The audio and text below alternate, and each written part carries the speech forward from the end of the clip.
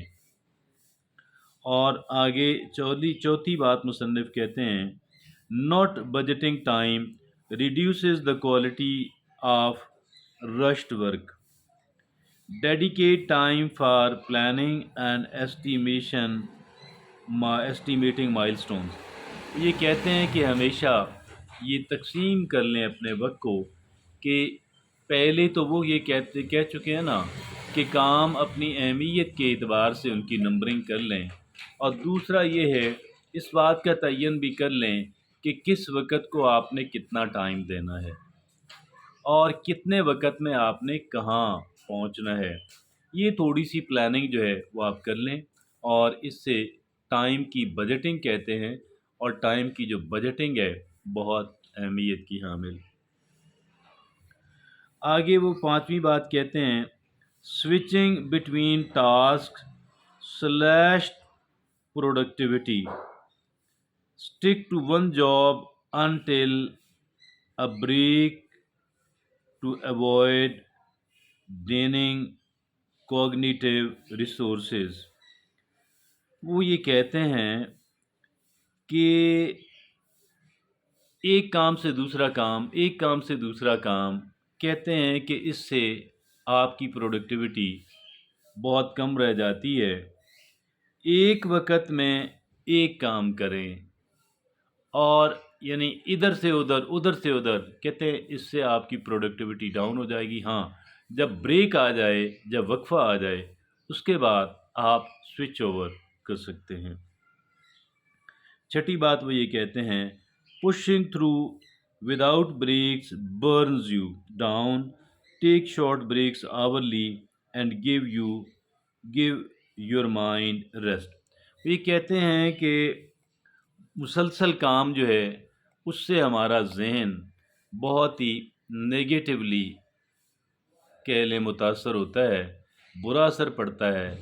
اگر آپ کہہ لیں کہ بہت تھوڑے بریکس بھی کرنا چاہتے ہیں، پھر بھی ہر گھنٹے بعد چند منٹ کا 10 منٹ کا بریک لازم کر لیں، یہ ہماری ذہن کے لیے بہت اہمیت کا حامل ہے، ورنہ ہمارے کام کی کوالٹی بھی بہت ڈاؤن ہو جاتی ہے اور کوانٹٹی بھی بہت ڈاؤن ہو جاتی ہے۔ آگے جو ساتویں بات مصنف کہتے ہیں A cluttered workplace slows you down by hiding items, organize and declutter to make focus۔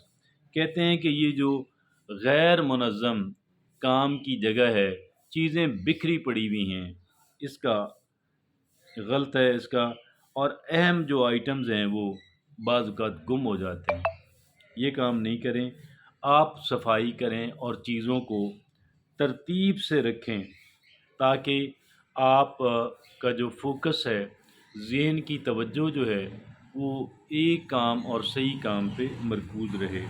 آٹھویں بات کہتے ہیں struggling alone is inefficient, seek expert input and feedback to save time. وہ یہ کہتے ہیں کہ آپ کئی لوگ اکیلے میں اسٹرگل کر رہے ہوتے ہیں، اور نہ تو ماہرانہ رائے لیتے ہیں کسی ماہر کی، اور نہ ہی اپنے دوستوں سے اور دیگر لوگوں سے فیڈ بیک نہیں لیتے ہیں، اور اس کا کیا ہوتا ہے کہ اس سے بہت سارا ٹائم ضائع ہو جاتا ہے، بہت ساری اسٹرگل ضائع ہو جاتی ہے۔ ہمیشہ اگر کوئی ماہر آپ کو مل جائے، آپ اس سے رائے لیں، اپنے دوست احباب ملنے والے ان سے ڈسکس کریں، ان سے فیڈ بیک لیں، ان سے گویا کہ تبصرہ وہ کرتے ہیں، رہنمائی دیتے ہیں، کوئی اچھی بات کہتے ہیں، اسے پلے باندھ لیں۔ نویں بات کہتے ہیں مصنف overlooking your schedule leads to poor follow through, learn to say no and protect focus time۔ Overlooking your schedule leads to poor follow through, learn to say no and protect focus time۔